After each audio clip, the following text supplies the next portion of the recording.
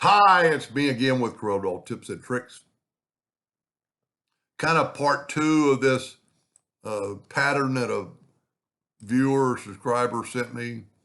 And I started playing around with it a little bit and came up with some better ideas, just a little bit, tweaking it. So I moved the stuff out of center of the page so I could use center of the page. And I'm going to go under the polygon tool and get the spiral tool set on two-sided. I'm going to go ahead and pick the one he did. You know, it doesn't really matter which one you use, but then take your shape tool just like we did and remove that node, and that gives you this part right here. Now, Control D and make a duplicate, and here's where I made the difference.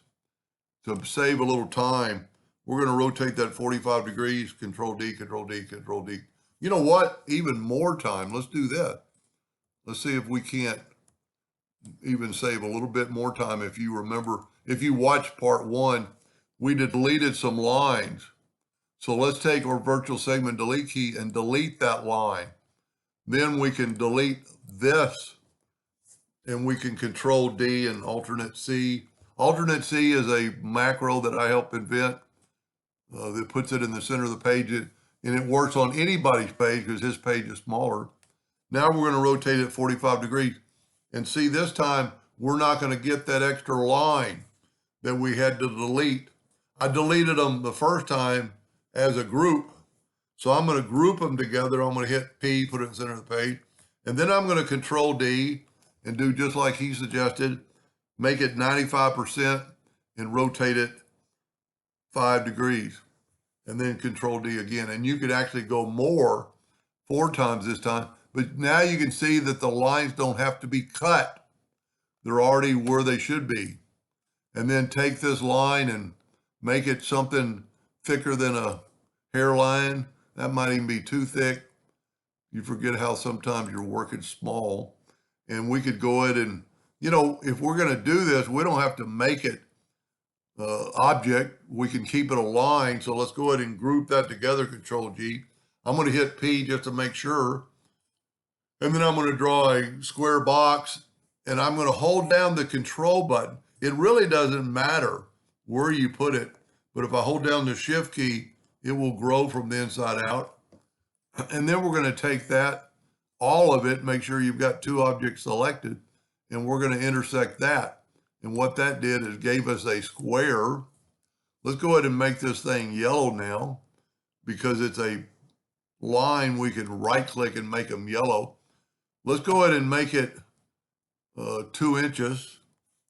I had my ratio unlocked. You need to have your ratio locked so it'll be a perfect square. Now I'm going to set my nudge factor on 2. And let's go ahead and set a black box just so we can kind of see it happen. So make the box object order back a page. And like I did in the first video, you can't just move that over. You have to Control D and mirror it over, and see that way the lines match. Now this time you can go ahead and hit the plus key and move it over. But on this one, I'm going to Control G, Control D, and I'm going to get the mirror tool and mirror that over. I'm holding down the control button. And once you do that, you can Control G, Control D, and move it over and have a totally cool pattern. This one's different than any other one. The other one I made, you know, now we have kind of like a diamond.